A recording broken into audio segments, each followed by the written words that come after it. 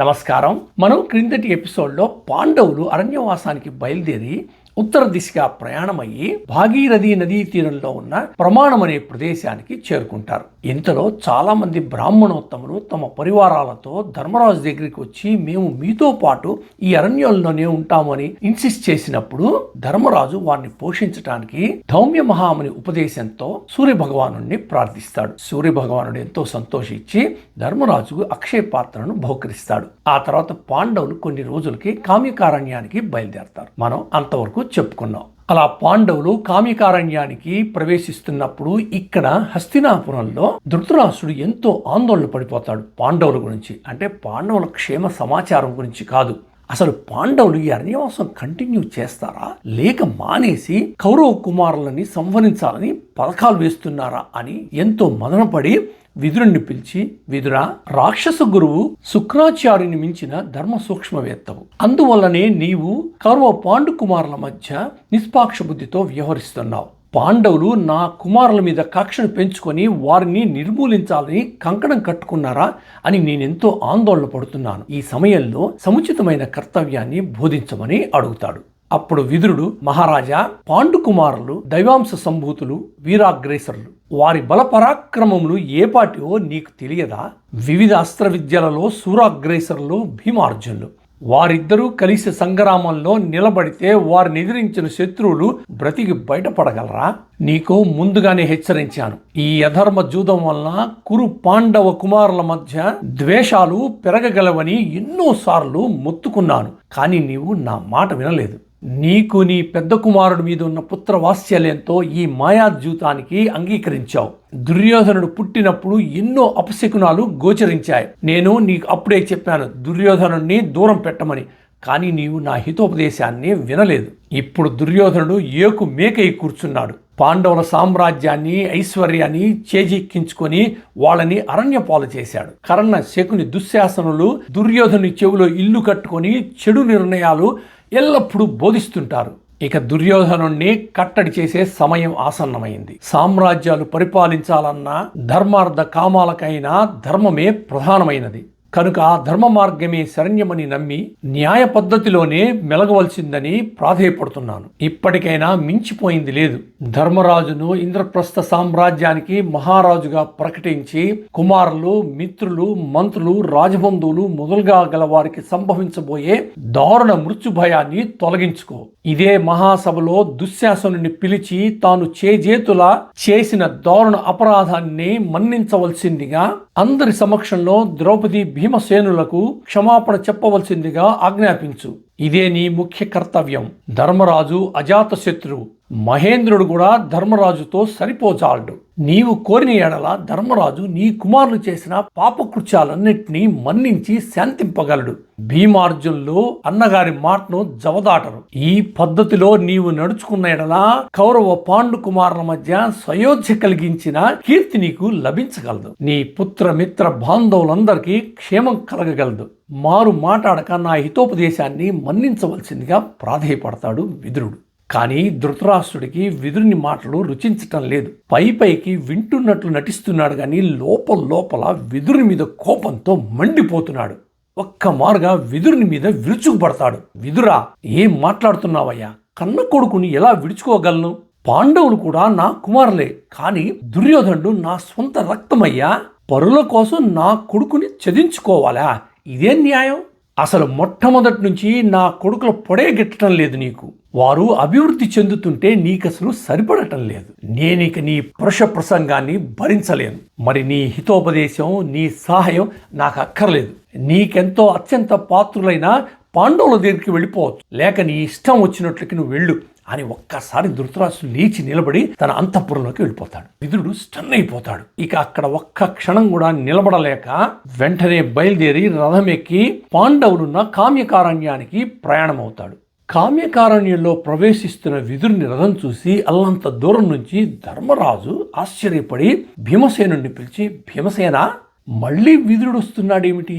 ఈసారి శకుని తమ దగ్గరున్న గాండివి, గదాయుధాల్ని మర్చిపోయినట్లున్నాడు. అది దుర్యోధనునికి చెప్పినప్పుడు మనల్ని తిరిగి మాయాజూదానికి ఆహ్వానించటానికి విదురుణ్ణి పంపించినట్లున్నాడు. అయినా ఇక నేను జూద క్రీడలో పాల్గొనదలుచుకోలేదు. కానీ ధర్మశీలి విదురుడు కోరితే అతని మాటను అతిక్రమించలేనేమో. నాకేం చేయాలో అర్థం కావటం లేదు అని అంటుండగా విదురుని రథం వాళ్ళ దగ్గరికి వస్తుంది. ధర్మరాజు వెంటనే విదురుని దగ్గరికి వెళ్ళి ఆయన్ని ఆహ్వానించి నమస్కరించి గౌరవించి తీసుకొనిచ్చి కూర్చోపెట్టి తమ రాకకి కారణమేమిటని అడిగినప్పుడు విదురుడు, ధర్మరాజా, ఒకరోజు ధృతరాష్ట్రుడు నన్ను మీకు కౌరవ కుమారులకు మంచిదైన పద్ధతిని ఉపదేశించమని కోరినప్పుడు నేను ఉభయ పక్షాల వారికి సముచితమైన శ్రేయస్కరమైన పద్ధతిని అవలంబించమని హితోపదేశం చేశాను. రోగులకు పద్యం రుచించదు. అదే రీతిలో నేను చెప్పినది ధృతరాష్ట్రునికి నచ్చలేదు. ఏదైనా వ్యవహారంలో యథార్థం చెప్పినప్పుడు ధీమంతులు వాటిని ఆదరిస్తున్నారు. కానీ అల్పబుద్ధులకు అది నచ్చక వారిలో ద్వేషాగ్ని రగులుకుంటాయి.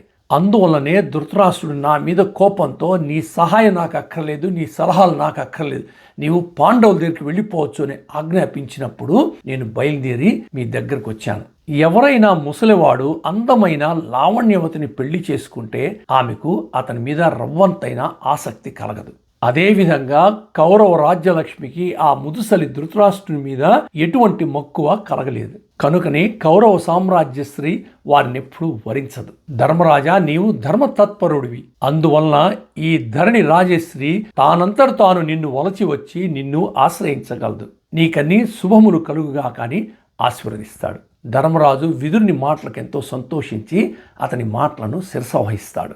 ఆనాటి నుంచి విదురుడు పాండవులతోనే నివసించసాగాడు. అయితే కొన్ని రోజులకు ధృతరాష్ట్రుడు విదురుని ఎడబాటును సహించలేక, రాజ్య పరిపాలన నిర్వహించలేక తన మంత్రి సంజయుడిని పిలిచి, సంజయ, చిన్ననాటి నుంచి నేనెప్పుడు విదురుని మనసును నొప్పించలేదు.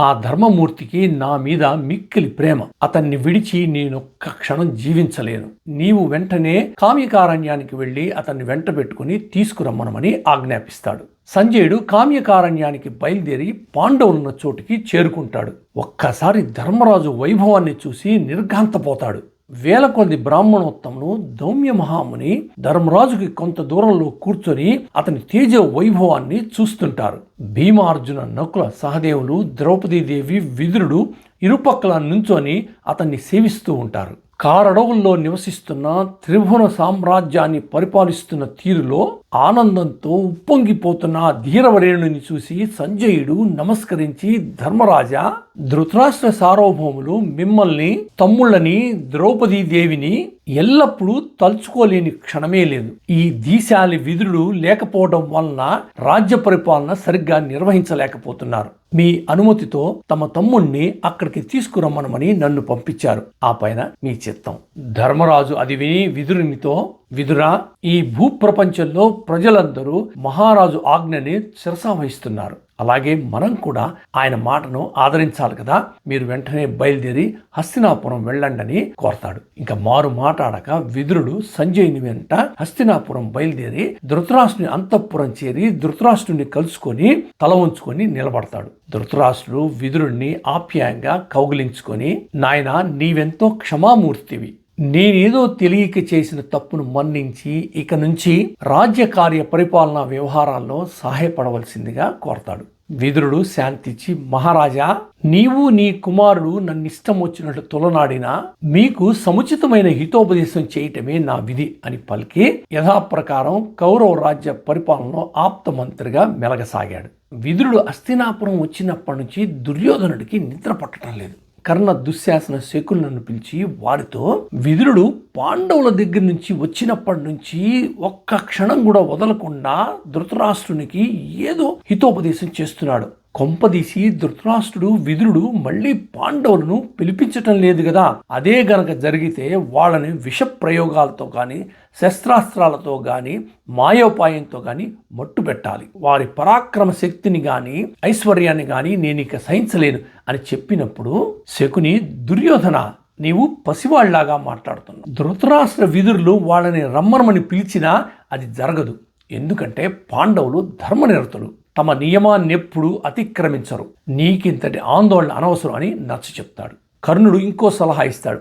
వాళ్ళు అరణ్యవాసం అజ్ఞాతవాసం ముగించుకొని మళ్ళీ వచ్చినప్పుడు వాళ్ళని మళ్ళీ తిరిగి మాయాజూదానికి పిలిపించి అవలీలగా ఓడించవచ్చు కదా అని అన్నప్పుడు అది దుర్యోధనుడికి నచ్చదు. నిరుత్సాహంగా ఉన్న దుర్యోధనుడిని చూసి కర్ణుడు వీరావేశంతో, అయితే ఇప్పుడే మనం శస్త్రాస్త్రాలతో రథాలతో అరణ్యాలకు వెళ్లి పాండవుల మీద దండెత్తి వాళ్ళని అక్కడే నిర్జించగలం.